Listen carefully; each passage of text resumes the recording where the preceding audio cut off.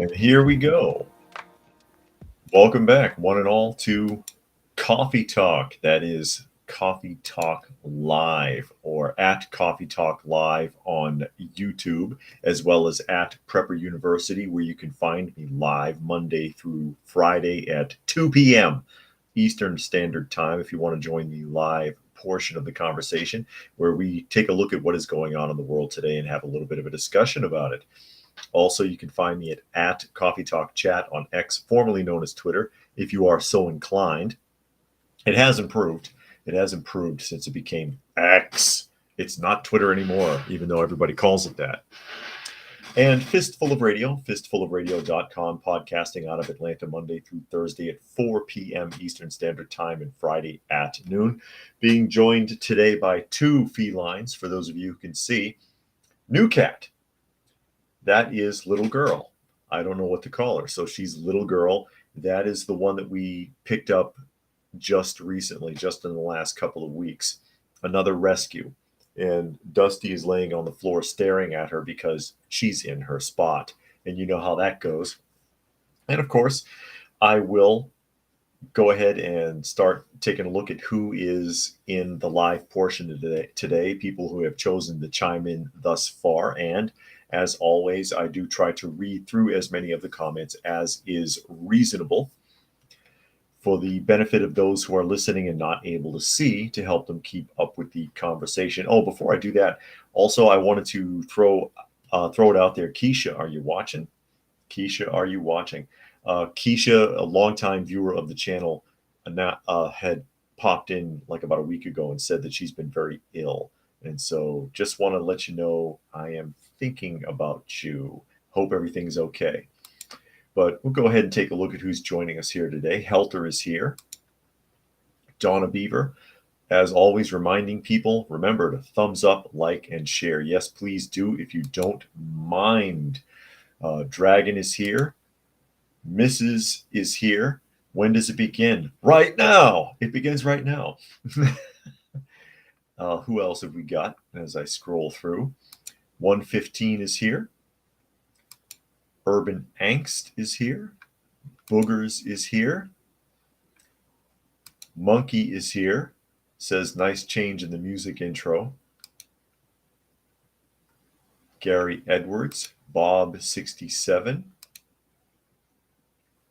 Velvet Pilot. Places you can't go. Bunch of people popping in here. Holly is here. Sven is here, warning us not to vape in Michigan. Why they changed the laws there about vaping. Brian is here. Glad you could make it today. A point here made by 115. I didn't gloss you over. One thing that went under the radar today is that Honeywell went out the company that makes thermostats, doorbells, solar panels, missiles, tanks, a massive amount of parts for aircraft navigation. Okay, so Honeywell's having problems. Merv is here. And, oh, Sven says a vape plane blew up. Okay. Monkey says, just watch the most recent video you posted. Yeah, the bro thing is mostly Gen Z and slang, and the Trump derangement syndrome is real, with Trump impacting people the most with what? Continued with how the media was blown up when he won back in 2016.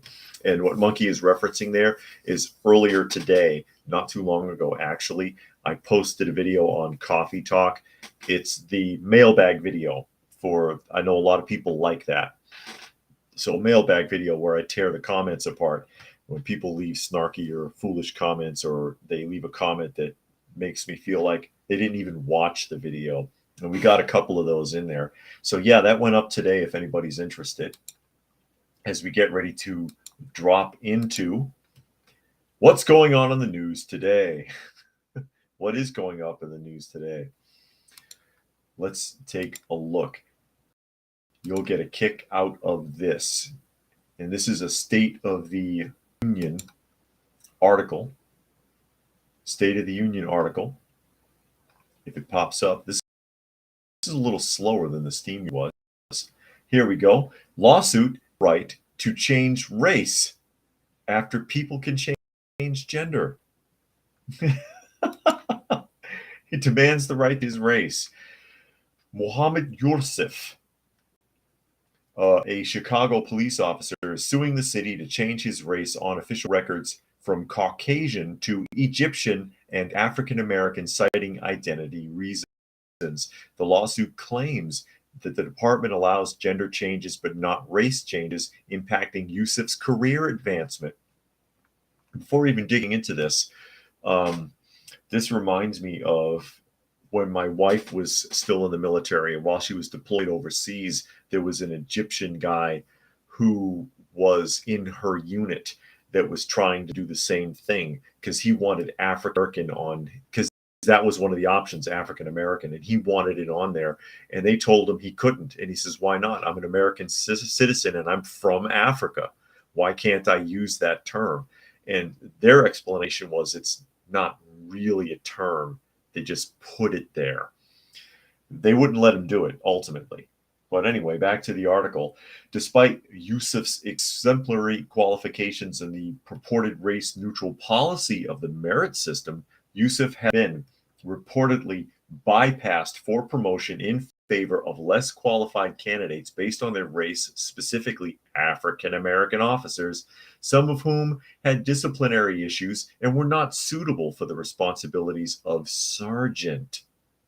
He alleges being passed over for promotions in favor of minority candidates and points to a promotion system favoring minorities. Despite scoring well on exams, he claims he has been overlooked for promotion. The racial identity policy ban facially and intentionally discriminates against certain individuals based on personally identifiable characteristics like race, the officer alleges. The department's refusal to change his race, even after providing a DNA test, is seen as discriminatory, and it violates the Civil Rights Act of 1964. You know what else it makes me think of, and I've talked about this before, an article that I read in the Boston Herald back in the 80s. I remember when I was young, when I was still even in junior high school, I used to read the newspaper. I delivered the newspaper for the Boston Globe and the Boston Herald locally in my neighborhood, back when kids could still work. And there was an article from the Boston Herald about the Boston Police Department's police sergeant's exam. And some of you may have heard me talk about this story before, but I'll just run it over. That they did not have very many Black or Hispanic sergeants, and so they were trying to push it by lowering the standard for those officers at that time. But lowering the standard ceased applications completely because the Black and Hispanic officers did not want to take an exam with a lower standard. They had too much integrity for it, basically, is what they talked about in the article. It's like, no, why would I take this exam and have everybody looking at me knowing that I passed with a lower grade than other officers, than white or Asian officers? I'm not doing it. They took a stand on that. And that's the reason why there was fewer Black or Hispanic sergeants at the time. Now they expect it. Now everybody expects it. It's ridiculous. It's interesting how much the ethics have changed in this country in just a few years. Honestly, Bob67 wants to know if the election is in November. Correct. And then Michelle is here. Glad you could make it today. Where are we? Gary Edwards says live podcasts like Prepper University fills the vacuum left behind by the demise of conservative AM talk radio in the last 20 years. Corporations forced AM talk show hosts to convert to tag team hosts. Oh, no. Hey, I try. Nobody's here, but I try. No, you're here. I appreciate it. I don't have like a massive audience, but it is what it is. Helter says the officer is aware that non-whites are more privileged than whites in regards to promotion and hiring, so he is acting in his best interest.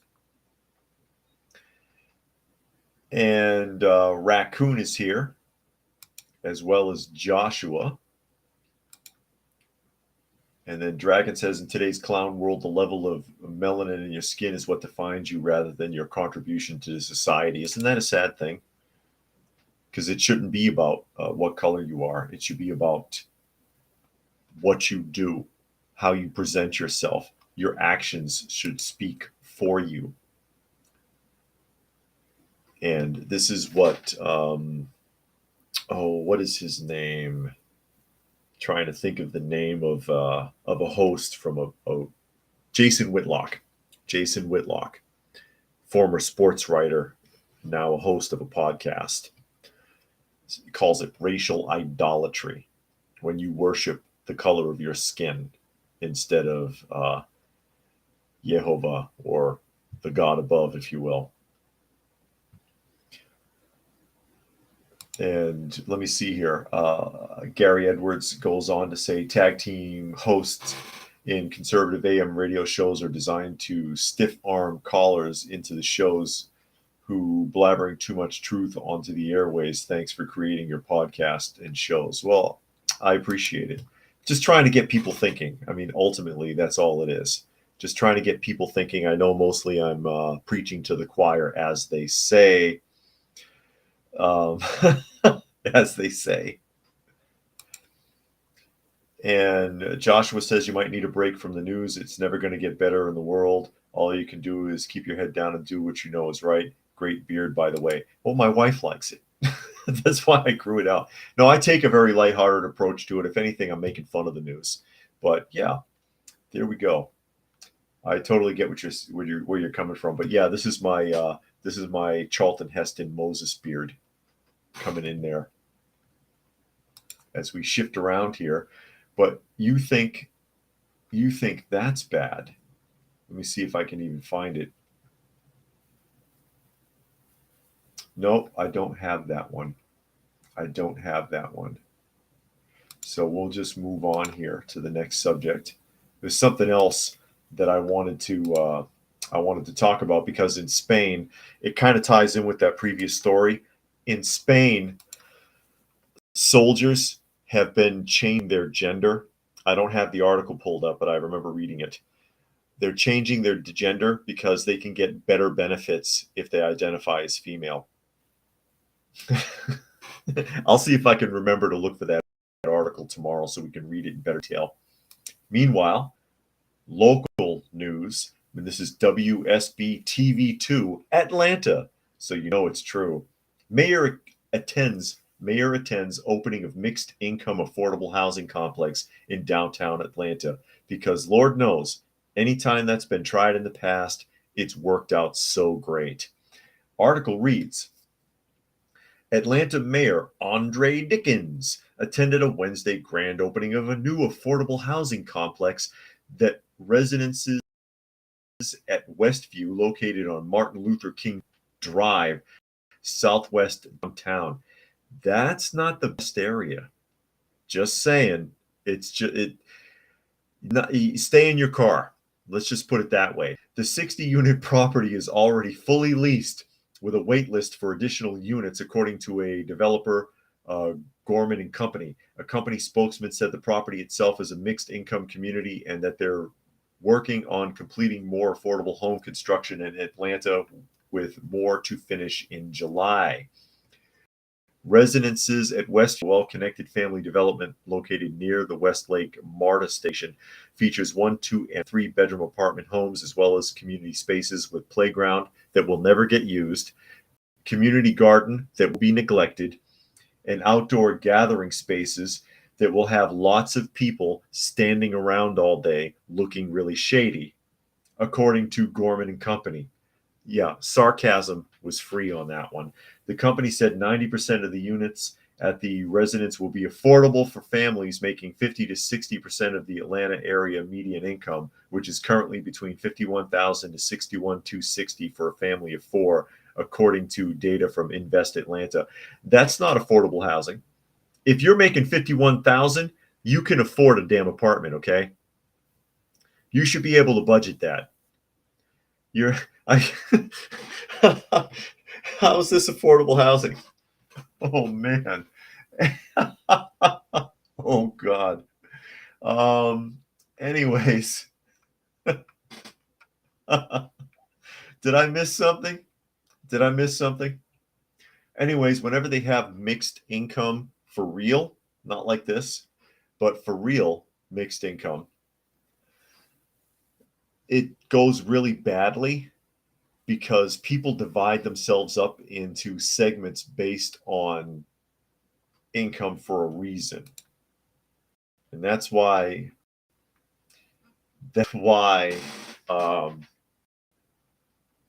when you create affordable housing problems like Obama did when he lifted restrictions in the United States that kept certain elements from certain neighborhoods, and they put low income housing in those areas, there's problems. Like when they did that in Stone Mountain during the Obama administration, and within a few weeks, my wife's house was broken into twice before we were married. That's what happens.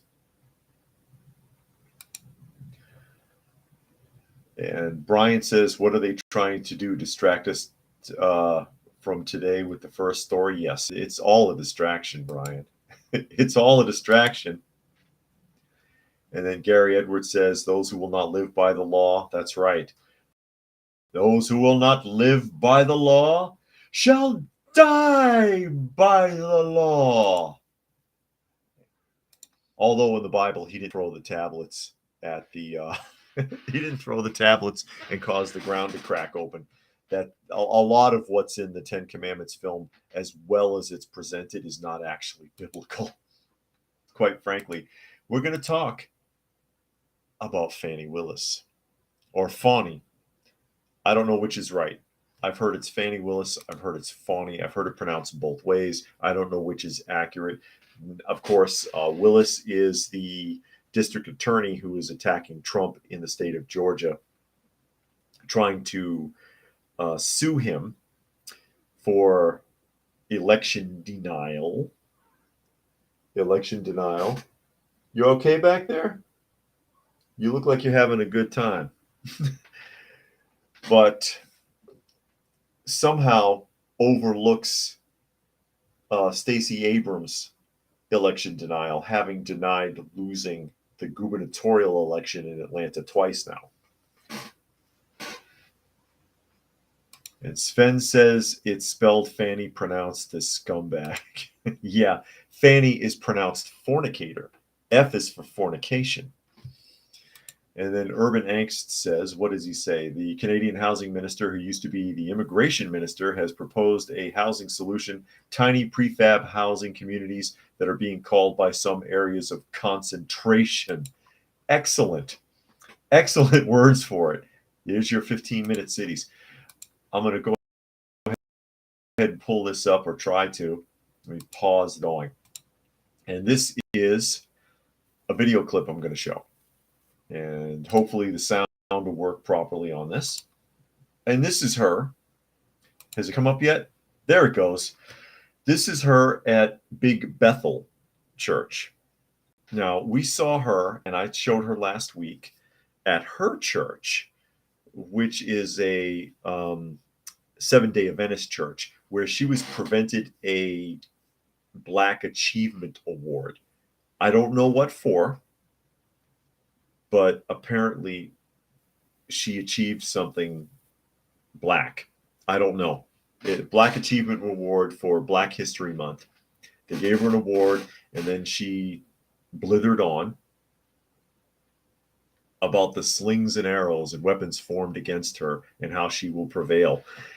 And I'm showing this one from Big Bethel, and I'm not going to play the whole thing.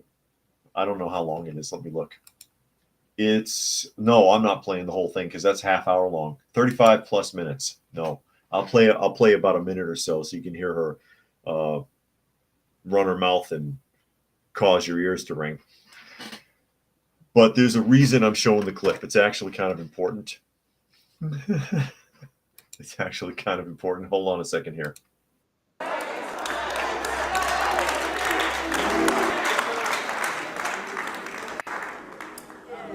I have some notes here, and at some points I'll go to them. some points I'm just gonna stray from them.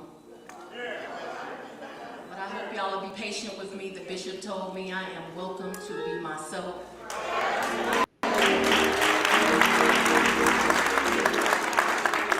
this very historic house of God. How many of y'all know that's what Bethel means? House of God. There is literally no place in the world I'd rather be than right here with you today.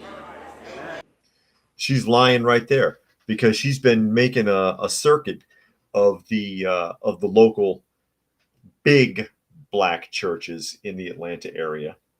And it's not a house of God, it's a house of politics. And they should be ashamed of themselves. And just like with the other church, I can't remember the name of it. I know it's a Seventh-day Adventist church. And the other ones that she's gone to or been featured in, even if she wasn't there. Okay, she's being talked about by a lot of the really big,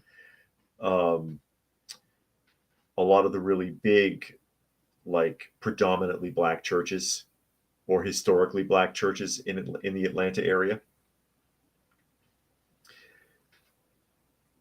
And I'm like, this woman, it has been proven at this point that she's dishonest. It has been proven that she is a fornicator, messing around with a married man. And it has yet to be determined, although very pretty much obvious, I think, that she's a thief as well, because she's getting something financially out of the arrangements that she made with the investigations on Donald Trump. Okay? But you're going to let her come into your church and run her mouth for 35 minutes. The other thing that I find aggravating about this is her poise. She's so poised and so proper in these churches, but she couldn't do it in court. In court, she's snarky. She's rude. She snaps at people. She mouths off at the judge. And she's making this circuit with these churches, garnering support so that her career is not a total wash, at which point this all blows up in her face. As I said, she's been exposed as being a liar. She's been exposed as being a fornicator. And she's presented herself very badly in court. And if they find that she benefited monetarily from this, which it looks like she did, she's really screwed. She'll probably lose her job. She's not big enough to be protected by the powers that be. And the whole business with her and Trump is completely political, because she really doesn't have a leg to stand on with the entire affair. No pun intended. But if she can do this and pretend like everything that happened to her was because of her color, and garner the support of these very political churches, then maybe she can salvage something, is the idea. Joshua wants to know what my opinion is of man purses, people making fun of Shannon Sharp for wearing one. I haven't seen that. I mean, if I wouldn't carry a purse myself, and I think Jerry Seinfeld explained all of that very well on the Seinfeld show, where they had that episode with the man carry-all bag. If you're going to carry a bag, maybe carry a messenger bag, like, a bike messenger bag, satchel kind of a thing. That would be more my speed, or like a personal carry bag, one of those small military packs you sling on your shoulder. But I wouldn't wear anything or carry anything that looked like a purse. And Gary says, according to the internet, the 10 Commandments are reportedly inside the Ark of the Covenant found by Ron Wyatt in Jerusalem. Yeah, they don't know where that is. They don't know where the Ark is. It's all talk. Raccoon says it sounds like 5 people clapped. I don't know. What kills me too is that like it's so traditional in some of these churches to be playing organ music and try to be dramatic while people are talking. Excuse me. And Carrick is here. Glad you could make it today. And then Merv says Big Fanny Willis should go to all the churches before she goes to prison. That'll be good for her, I guess. And Helter says MLK would be rolling in his grave for Fanny's despicable act of adultery and home wrecking. Not once did MLK fight for these ideals. No. Although, and you can look this up, Martin Luther King apparently was unfaithful to his wife more than once. Yeah, Urban. Jerry Seinfeld would say it's not a purse, it's European. And the Dragon says she's acting like in the AME church to distract from her own criminality. But the fact that they would even allow her in, to talk at these events, and to give her that much time, like this one from Bethel is 35 plus minutes long. And she talked at the other churches at least as long and been featured in churches. Excuse me. Some of the big churches are talking about her, putting her face up on the Jumbotron and talking about how a black woman being held back. It's like, please. And she shot herself in the foot because she was playing too many games and it caught up with her. And now it's been exposed that the accusations are true. And this is damage control. Let me go to the churches, that you would even let her in there, that you even talk about politics. You know, that's the one thing that gets me about black churches. They get away with talking politics and manage to keep their 501c3 charity status. Because if you do politics in your church directly, or encourage politics or showcase a political party, then technically you're supposed to lose your 501c3 status. Never happens around here. Simon says the worst part about all this corruption is that nothing will ever happen to her, just like that Jesse Smollett guy in Chicago that was supposed to be prosecuted. Yeah, and you know what it makes me think? Is it Philadelphia? District attorney was impeached in 2022. He's still doing the job, isn't he? Joshua says, not a big fan of walking out during a church service, but this qualifies. You know, to me, if you go to church, you should be, doing some kind of biblical study. You should have the book open. You should have the Bible open, and you should be talking about something in there and explaining it, like Tom Bradford in Torah class online. Great reference. He will spend an entire year of 1 hour a week episodes breaking down a chapter. Seriously, he's a biblical historian. It's fascinating to listen to. But that's what I want out of a church. Can't find it, but that's what I want out of a church. And Chris is here, says, just tuned in. What do you think of the anarchy in Haiti where gangs control 80% of the country, 4,000 prisoners freed, no elected leaders since 2016? Yeah, we covered that yesterday. Chris. Talked about that because I'm like, hey, they can come here. They escaped from the prisons or were released. And that was only from 2 prisons. And they were some of the worst of the worst.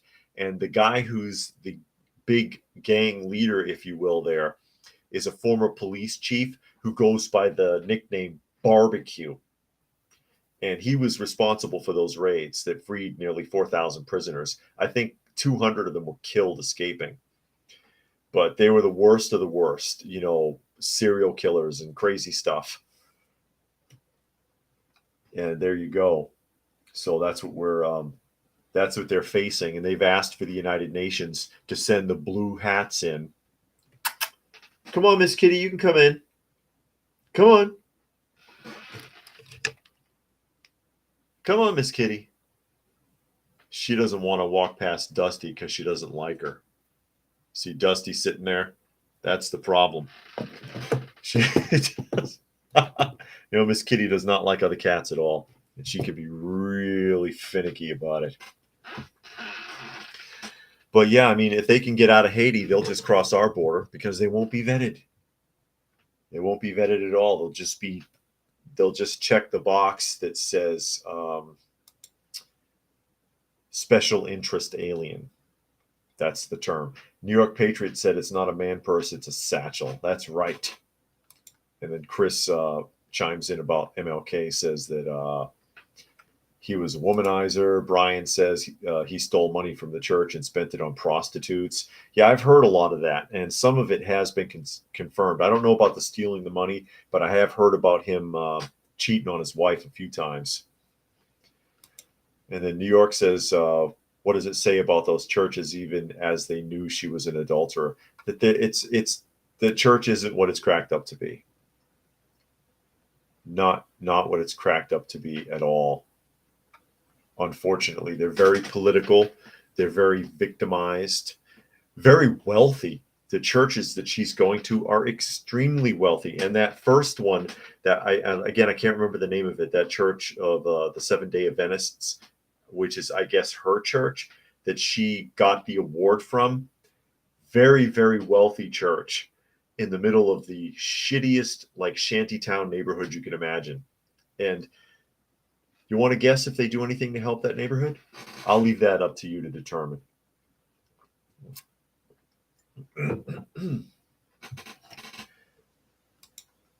And Chris says barbecue wears Masonic ring and Freemason's necklace. I bet he ain't a Mason. If he is, he's Prince Hall. Because they have a whole separate division. I've talked about the Masons before. There's another division in the Masonic order called the Prince Hall Masons, and it's entirely black.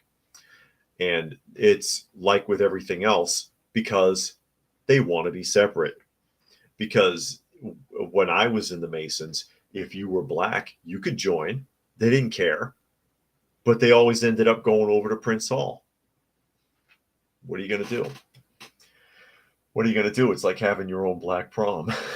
Or any other division in society. It's unfortunate. It's unfortunate that people are so divided.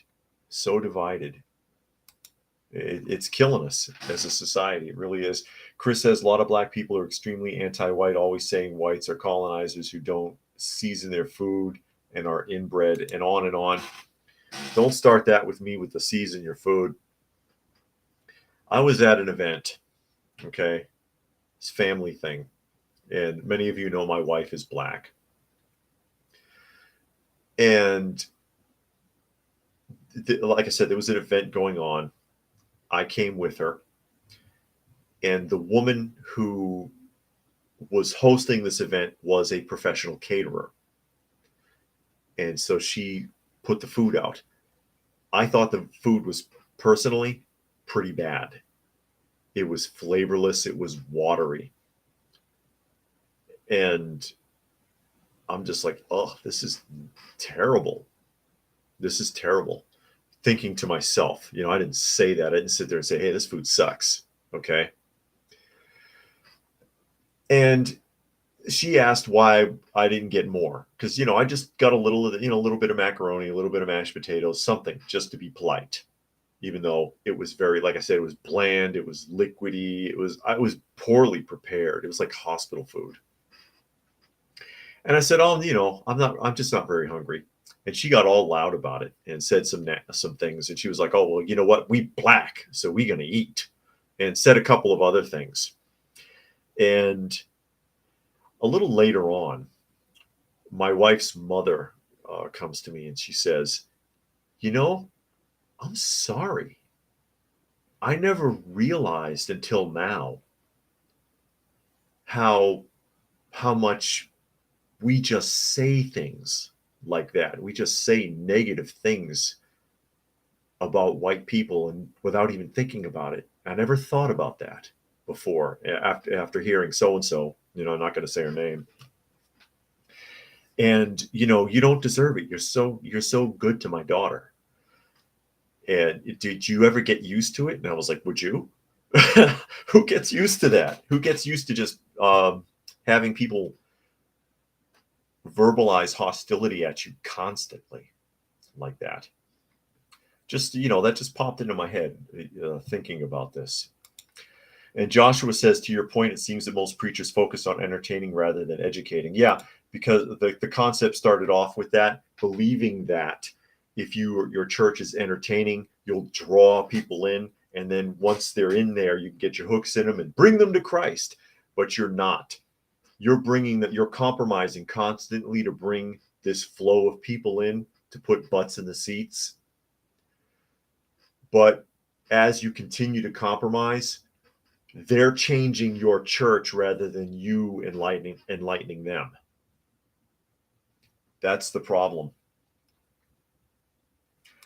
Zane says you get used to it. You get used to it, sadly. I am. Yeah, well, you build a harder shell. You harden your heart, as Pat Benatar would say. But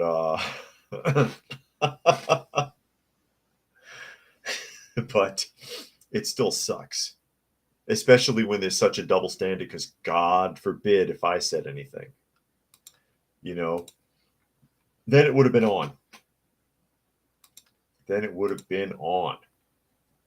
As we shift around here, another one here from Chris is, a lot of churches awoke and tell people what they want to hear instead of fire and brimstone.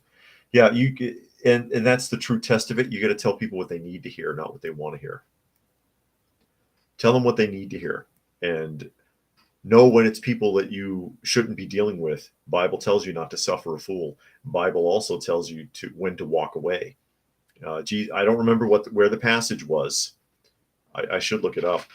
But Jesus talking to his disciples when he sent them out into the world, if you come to a place, I've referenced it before, where you are not received, that is, people don't want to hear it, they're not listening to you, leave and shake the dust from your feet as you go, because it will be worse for them in their time than in the days of Sodom and Gomorrah. So yeah, you don't have to. There's a misunderstanding, a misrepresentation, and it's huge in the Bible. Oh, well, Jesus was friends with sinners and fornicators and prostitutes and thieves. He was not their friends. Just because he was willing to preach to these people doesn't mean he was their friends. Nowhere in the Bible does it say he was everybody's friend. That's not the point. Just because he was willing to go and talk to these people to try to reach them means that he hung out with them and they was just boys. Oh, it's all good. Keep on sinning, brother. My blood will shield you from my angry father. There's nothing in the Bible like that. That's not what it tells you. Anyways, we're going to jump to San Francisco, because San Francisco has a problem for a solution to its faltering schools. If it opens up. This is slow sometimes. So where are we here? Here it comes. Fox News article. San Francisco announces school shutdowns amid budget and enrollment woes. We must have fewer schools. That's the solution. Yeah, let's just shut them down. They're not learning anything anyways. You may as well close the schools. Makes me wonder if Cruising is in here today. Are you watching today, Cruising? San Francisco Unified School District is looking to shut down several schools due to a budget deficit and a decline in student enrollment. We must have fewer schools than we do now. We realize this is difficult to hear, the superintendent, Matt Wayne, announced in a video released on Saturday. No one wants to think about their school or any school closing its doors, us included. But by having fewer schools, we can concentrate our resources and enhance programs, teacher support, and student services. Oh my God. How many and which of the 112 schools in the district would close has not yet been determined. The Chronicle was able to interview Wayne before he announced the details at an annual school planning summit. Wayne, however, never used the word closure, instead saying the district was undergoing resource alignment and there would be a process to create a new portfolio with fewer schools, the Chronicle reported, which is a roundabout way of saying we're closing some of the buildings down. As enrollment declined in San Francisco over the years, the district has maintained the same number of facilities. So, is there a decline in enrollment because there's a shorter population? Because people are leaving San Francisco? Because people are leaving San Francisco. They're getting the hell out of Dodge. San Francisco is a hellhole. It used to be one of the hot spots in the world. You wanted to go to San Francisco. It was on the list of places to see, somewhere to go and take a vacation.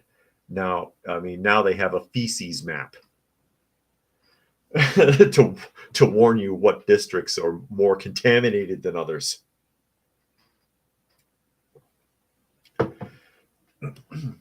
So is it because of the declining population or because the kids just aren't going to school anymore?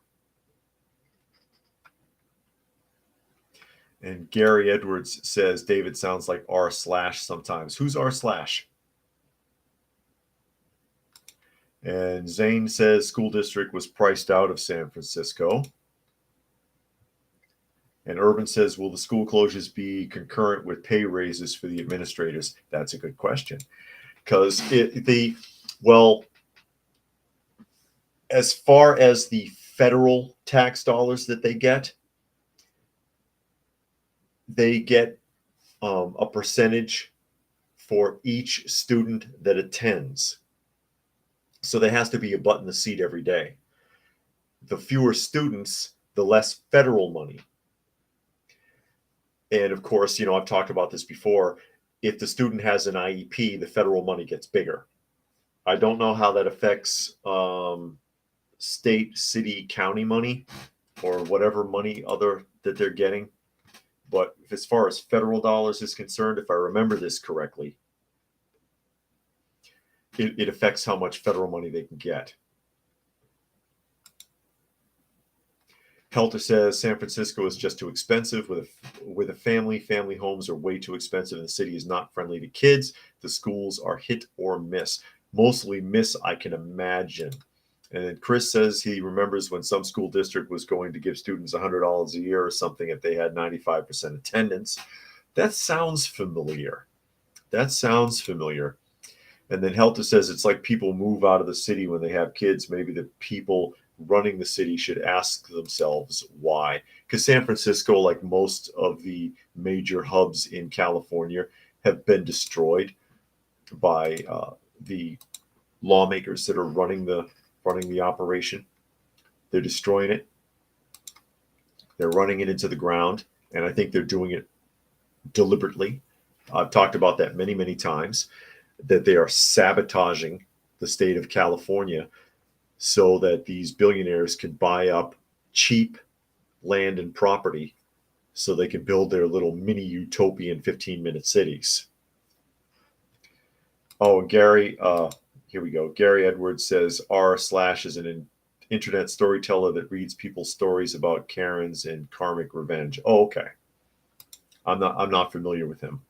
And Brian says San Francisco full of illegals. Is it true? It's also the gayest city. It's either going to be San Francisco or Providencetown, Rhode Island. I've heard that there's a really big gay community in Providencetown, and also is it Five Corners in Atlanta is a large homosexual community. Is it Five Corners or 5 Points? I don't remember what they call it. I was there a couple of times, and it smells like urine and beer. The whole town. It's horrible. And Rodney made a $10 donation to the channel. It says, at work, so I can't stay. Here's a couple of bucks. Well, maybe you can catch it on the replay, Rodney, and thank you very much. very much appreciated, Rodney, whenever anybody can help out the channel, help out the felines. Say thank you, little girl. Little girl's still asleep. She was so excited when we took her. When we because she was easy to handle, picked her up. She came running to us out of a field of grass deep in the country in South Carolina when we were down there trying to help to settle things with my wife's parents' house. As a lot of you are aware, her mother had a stroke and her father's not doing that well either. And she came flying up to us and looking for help. Very skinny, very puny, but could have been worse. She wasn't that bad. Could have been worse. Very excited. She's doing great now. She's doing great. Chris says, as before we get on to the next article here, you'll love this next thing. It's hilarious. I haven't checked lately, but last I know, if you go to San Francisco or Oakland, people leave their cars unlocked because people just break in. You know, that's funny. I've mentioned this before. My wife had to do that in Italy. She was warned to do that when she was stationed for a little while in Italy before moving on, before getting deployed to Iraq, I think. But the military there, you know how when you get to a new base, they have a debriefing and they warned them, if you have a vehicle, do not lock it. The gypsies will smash your windows because they search your car. Keep nothing of any value in the car. Never leave the keys. And no personal items in the vehicle, and never lock the doors. And if you do, the gypsy population, this is why they hate gypsies in Europe, by the way, they will smash your windows to get into the car to search it. And yeah, sure enough, I mean, she was like, yeah, the car probably got searched 3 or 4 times a day. You could see them out there they walk by and they pull the handles of all the doors, and then they go through everything. And there's nothing that anybody can do about it. Urban says, why would a billionaire pay asking price when they can just help destroy the market first and move in on the fire sale? Yeah. Yeah. And it helps also if, you know, a little backdoor arrangement can be made with local lawmakers all the way up to the office of the governor to help to move that along, don't you think? Gary Edwards says Capitol Hill in Seattle is very alphabet oriented. Yes, it is. And Bingo says, miss the lives, but always watch the replay. Started a new maintenance manager job, so I'm always busy at 2 p.m. Well, I appreciate it anyways, Bingo, that you're able to catch the replay. We talked about this the other day, this next article when it comes up. And this is a New York Post article. Google co-founder Sergey Brin admits company messed up on Gemini, whose images feel far left. Far left. And we've heard about this already, that Google, their Gemini artificial intelligence software is so extremely dripping, milk sopping, wishy-washy, all the way on the edge left, that it cannot even produce images of white people, even historical figures. And so they got called on it, and it's going to cost Google a fortune. Not that they can't afford it, but they can't fix this, and they're going to have to rebuild it from scratch. So Google co-founder Sergey Brin admitted the tech giant definitely messed up on the image generation function for its AI bot Gemini, which spit out woke depictions of Black founding fathers and Native American popes. Brian acknowledged that many of Gemini's responses feel far left during an appearance over the weekend at a hackathon event in San Francisco, just days after the Google CEO Sundar Pichai said that the errors were completely unacceptable. The tech tycoon, whose net worth was estimated by Forbes at $119 billion, said the bot's mistakes were mostly due to not thorough testing. Oh, you tested it. You tested it. You just didn't realize how far this thing was going to go, because it learns from the responses that it gets.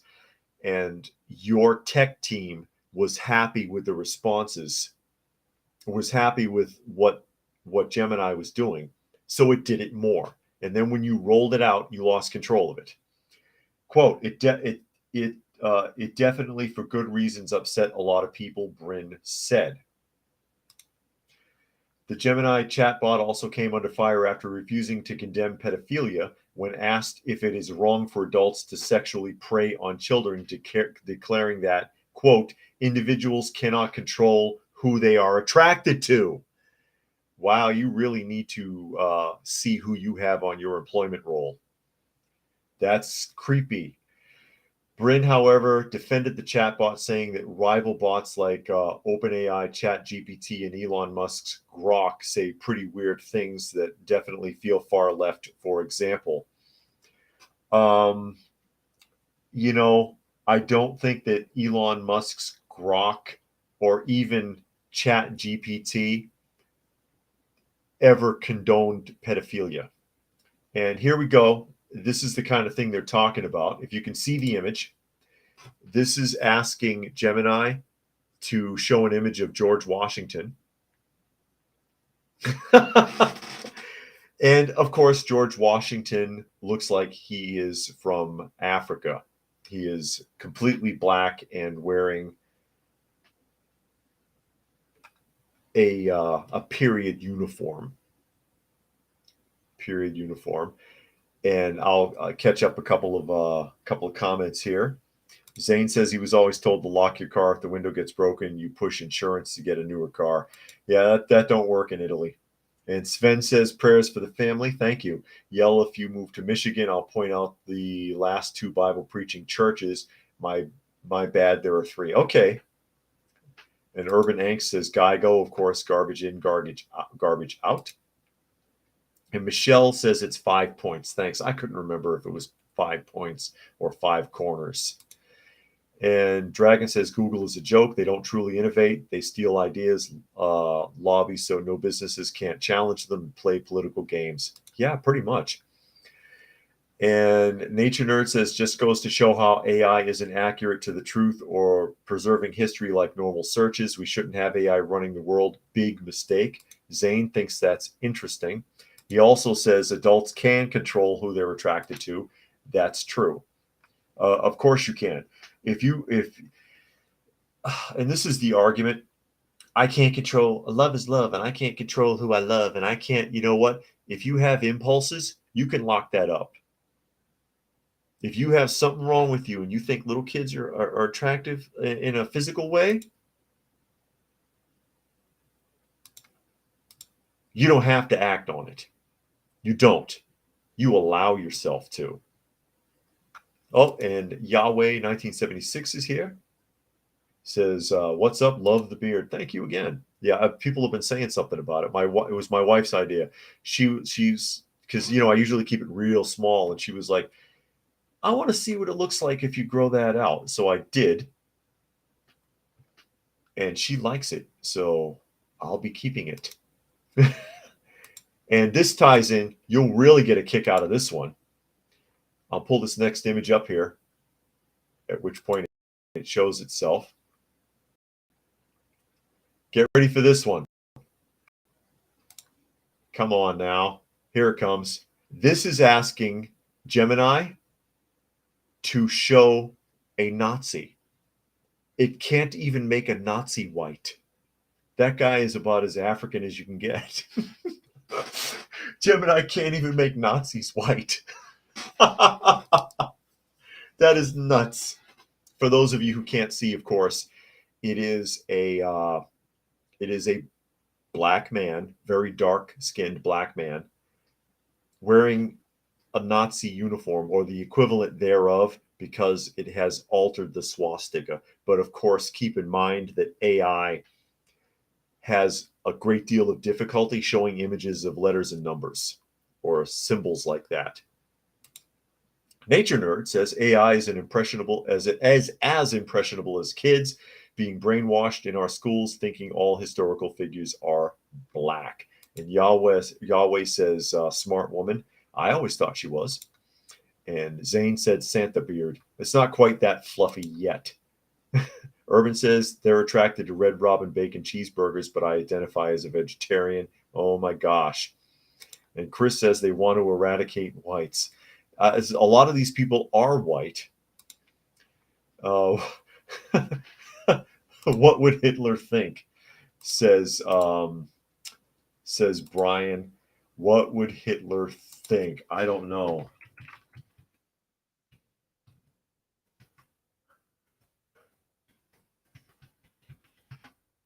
Because who was that at the Berlin Olympics in 1936, where he was trying to show the superior Aryan race,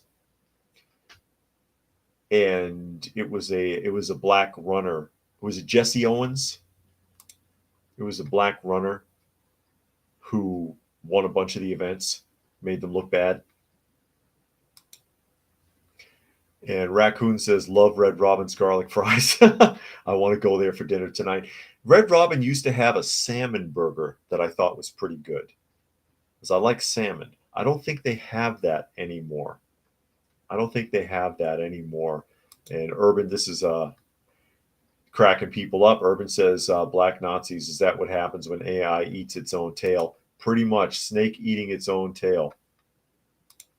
And Helter says, no way this was an accident. They knew this was how it was designed, as it was intentional, and they're only apologizing because they got exposed and received backlash. Well, it went further than they thought it was going to go. They thought it was going to be in controlled measures. It'll be subtle. It's chatbot, not chatbot. It's a Gemini chat AI. It learns as it goes. It'll be subtle. And it's not subtle. It went full tilt immediately when it was released. So it's out of control. It's out of control, and they had to stop it. I mean, there's no way you can explain this. There's no way you can explain that. Oh my God. It's crazy. Dragon says Google did not miss the mark. They produced exactly what they set out to produce and waited to see if anyone would notice. So it was really obvious. They certainly noticed. And then Nature Nerd says, wonder how the Chinese will spin their version of AI. I don't know. Everybody looking Asian, I guess, would be the option there. It says images generated included black Nazis and Native American Vikings. Oh, I want to see a picture of the Native American Viking. Do they have it here? I want to see it. Hold on a second. Oh, okay. Hold on. Pause. Ugh, it's trying to show an ad. That stinks, because it was just coming up there.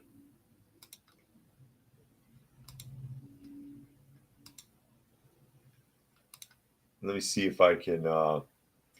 There we go. There's a Hispanic Caesar. Looking at the images, they had an Indian Pope, what looks like an East Indian astronaut. Yeah, that's nuts. That is funny, though. That is funny. It'd be even funnier if it wasn't like linked to the downfall of our society here. It's killing us. And Sven confirms, yes, Jesse Owens. Thank you. Zane says AI will kill us because of a misrepresented command, not a bloodlust for humans. Yeah, well, I covered that story quite a while ago, where the AI in the drone test that the Army was conducting tried to kill